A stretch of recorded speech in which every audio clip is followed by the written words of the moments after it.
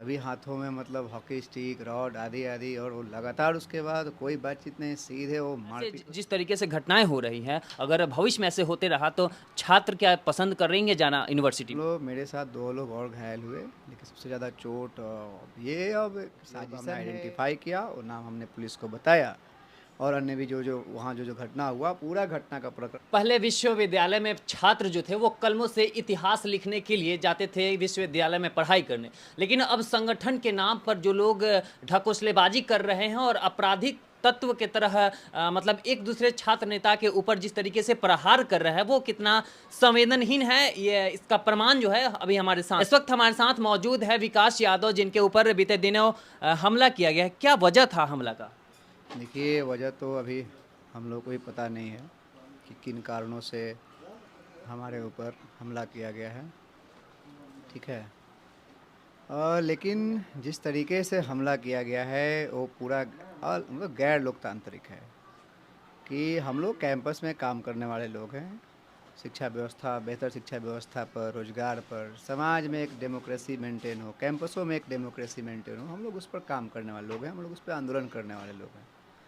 हमारी किसी से व्यक्तिगत दुश्मनी नहीं होती। राजनैतिक एक मतभेदता तो रहती है, अलग अलग पॉलिटिकल लाइन है, लेकिन कभी व्यक्तिगत दुश्मनी हमारी कभी नहीं रही कैंपस में। मतलब वजह क्या था? मतलब आपसी की कोई दुश्मनी था? और मुझे किस जहाँ तक संगठन के छात्र जो है आपके देखिए, साथ इस उसमें दुर्व्यवहार को मैं अंजाम दिए? 1 टू 1 बता देता हूँ, कौन संगठन क्या था, कहाँ से आए। उन्होंने आकर पटेल छात्रावास का नाम लिया, अगर वो पटेल से हैं या नहीं है वो जानते हैं। और ये प्रशासन का काम है, अगर हैं तो फाइंड आउट करें, जहाँ से भी हों, किसी भी छात्रावास के हों। आप किसी पर भी इस तरीके से जानलेवा हमला करने के लिए ये अधिकार आपके पास नहीं है। नहीं, संविधान ये अधिकार आपको नहीं देता है। बिल्कुल। अगर किसी से आपकी मतभिन्नता है, आप बात करके ठीक कर सकते हैं। तो अचानक आए और वो पूरा एजिटेशन में गए। हमने एकदम कोशिश की कि भाई क्या बात है बताओ। इसी इसी दरमियान उनकी संख्या ज़्यादा थी, मतलब 25 से ज़्यादा संख्या रही होगी। और वो सभी हाथों में मतलब हॉकी स्टिक, रॉड आदि आदि और वो लगातार उसके बाद कोई बातचीत नहीं, सीधे वो मारपीट पे शुरू उतर गए। अब समझिए कि इतना ब्रुटली तरीके से वो मारपीट कर रहे थे कि हमें नहीं लगता है वो किसी कैंपस के रेगुलर कोई छात्र हों या फिर उनका पढ़ाई लिखाई से कोई नाता हो। क्योंकि जो भी थोड़ा इतना भी अगर पढ़ा लिखा होगा, भाई वैसे भी लोग जो नहीं पढ़े लिखे हो तो उनके अंदर भी अपने एक संवेदना होती है। लेकिन ये मतलब जानवर की तरह आप किसी को नोच रहे हैं, मार रहे हैं, तो ये ठीक नहीं है। और इस यूनिवर्सिटी में मतलब इस तरीके के संगठन बनाकर और एक दूसरे पर अत्याचार करना, मतलब ये छात्रों के अंदर ये मतलब हो सकता है क्या? बिल्कुल नहीं होना चाहिए, होना तो एक बिल्कुल नहीं छात्र तो चाहिए, ऐसा कर नहीं सकता नहीं है। कर सकता है। मतलब आप ये बिल्कुल जो लोग करने वाले हैं मतलब किस मानसिकता के आधार पर ये लोग ऐसे घटनाओं को अंजाम देते हैं? क्या लगता है कि देखिए, ऐसे जिस तरीके से घटनाएं हो रही हैं, अगर भविष्य में ऐसे होते रहा तो छात्र क्या पसंद करेंगे जाना यूनिवर्सिटी में? नहीं, आपका देख लीजिए कि विश्वविद्यालय में एडमिशन ड्रॉप आउट घट रहा है, एडमिशन रेशियो घट रहा है, ड्रॉप आउट जो है बदल रहा है, चीज़ें बदल रही हैं, लोग कैंपस जाने से हटते हैं।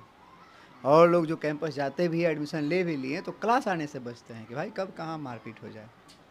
तो कैंपस में बच्चे पढ़ने के लिए आते हैं और इसमें जो फेलियर है जो है वो प्रशासन है, विश्वविद्यालय प्रशासन है, कुलपति नकारा है, राज्यपाल ढंग से काम नहीं कर रहा, स्टेट जो है, स्टेट गवर्नमेंट है वो लॉ एंड ऑर्डर को मेंटेन नहीं कर पा रहा है कैंपस को।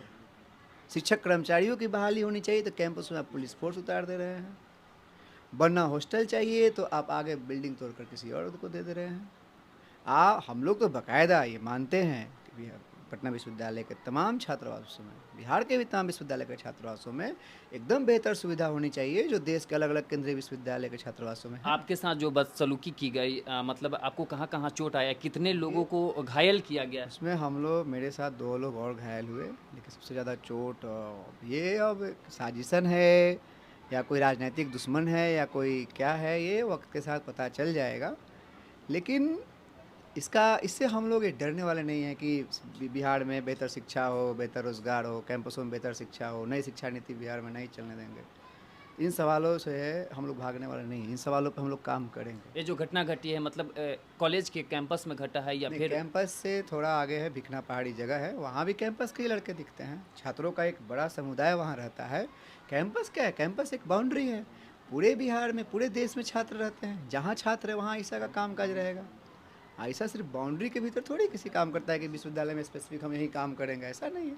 जहाँ छात्र हैं वहाँ कैंपेन करते हैं। हम लोग कैंपेन कर रहे थे, आकर ये लोग मारपीट किए, हमने बातचीत करने की कोशिश की, कोई नहीं सुना। तो पूरे पूरे पटना में अब जो है कि कैमरा लगा दिया गया है। हाँ, तो उसके बाद हम पीएमसीएच में हम लोग भर्ती हुए और हम लोगों ने उसी दरमियान थाना को भी फ़ोन किया, पीरबहोर और अगमकुआं थाना को, कदम को, बगल का जो थाना है वो कदम को आई है, तो थाना भी आया। लेकिन उसके बाद हम लोगों ने बाकायदा पीरबहोर थाने में जो कुछ लोगों को हमने आइडेंटिफाई किया और नाम हमने पुलिस को बताया, और अन्य भी जो वहाँ जो घटना हुआ, पूरा घटना का प्रकरण हम लोगों ने पुलिस के सामने रखा है। अब ये काम अब पुलिस का होता है कि जो आप पूरे पटना में सीसीटीवी कैमरा लगा रखे हैं और जहाँ ये घटना घटी है वहाँ दर्जनों सीसीटीवी कैमरे हैं, तो उन दर्जनों सीसीटीवी कैमरे किस लिए लगाए हैं? आपका अपना सीसीटीवी कैमरा लगा हुआ है, वहाँ जो पुलिस चेक पोस्ट है उसका बड़ा नया कैमरा इंस्टॉल हुआ है। तो आप अभियुक्तों के आइडेंटिफाई कीजिए, उनके फुटेज निकालिए, उसके आधार पर उनकी गिरफ्तारी कीजिए, और जो भी न्यायिक चीज़ें हैं उसको आप ठीक देखिए। अगर आप ऐसे नहीं देखेंगे तो कैंपस बचेगा नहीं, और उस चपेट में आज हम हैं, कल कोई और हो सकता है, परसों कोई और हो सकता है। तो ये बात है। तो हमारी हाँ, उसको सवाल को लेकर भी हम लोगों ने इस दोषियों गिरफ्तारी के मांग को लेकर ऐसा न पूरे बिहार भर में। घटना तो 2-3 दिन हो गई। हाँ, घटना 26 2-3 दिन पहले हुई थी। हाँ। लेकिन अभी तक आइडेंटिफाई नहीं कर पाए नहीं कि कर कौन से अपराधी जो है वो घटना को अंजाम दिए हाँ, हैं। ये नहीं है, ये पुलिस प्रशासन की नाकामी है। अगर 24 घंटे के भीतर ऐसा के छात्र लगातार संघर्ष करते हैं, लेकिन जब आपके साथ ये घटना हुई, आपके दोस्तों के साथ जब ये घटना हुई, तो आप लोग आंदोलन क्यों नहीं कर रहे हैं? नहीं, आज आंदोलन हुआ हुआ पूरे बिहार के अलग अलग जिलों में, अलग अलग विश्वविद्यालय मुख्यालयों पर हमने एक प्रतिवाद प्रोटेस्ट किया, और एक ज्ञापन भी अलग अलग जगह पर सौंपा गया है कि पटना पुलिस दोषियों की शिनाख्त करे, उनको गिरफ्तार करे, और हमने 24 घंटा का अल्टीमेटम भी दिया। नहीं होगा फिर हम और दूसरे रूप में हम जाएंगे, दोषियों को तो हम नहीं छोड़ेंगे। हम लोग कैंपस में अंततः आपकी मांगे क्या होगी? हमारी मांग है, एक तो इन दोषियों की शिनाख्त हो, इन पर कार्रवाई हो, गिरफ्तारी हो। दूसरा, पटना विश्वविद्यालय को लेकर अगर कहें तो वहाँ एक डेमोक्रेटिक कैंपस बनाने को सरकार भी चिंता दिखाए, प्रशासन भी चिंता दिखाए, विश्वविद्यालय प्रशासन भी ये चिंता जाहिर करे, उसको ठीक करने की कोशिश करे। चलिए, बहुत बहुत धन्यवाद। तो ये विकास यादव थे, ऐसा के छात्र नेता हैं जो हर मामले पे प्रमुखता से जो है वो छात्रों हित की बात को, उनकी समस्याओं को लोगों तक पहुंचाते हैं, अवगत कराते हैं, और सरकार के संज्ञान तक ले जाने में काफ़ी ये लोग सहयोग करते हैं। तो ऐसे मतलब छात्रों के असामाजिक तत्वों के द्वारा अगर इन लोगों के ऊपर प्रहार हो रहा है तो बहुत निंदनीय है। ऐसे ऐसी घटनाओं पर जिस तरीके से पूरे पटना में सीसीटीवी कैमरे लगाए गए हैं, मुझे लगता है कि अगर ऐसे ऐसे अपराधियों को अगर पकड़ा जाए उस सीसीटीवी कैमरे से, तो मुझे लगता है कि एक सशक्त पटना और बिहार बन सकता है। फिलहाल इस वीडियो पे आपकी क्या प्रतिक्रिया होगी, कमेंट सेक्शन में जरूर साझा कीजिएगा। तब तक के लिए धन्यवाद। जय हिंद, जय बिहार।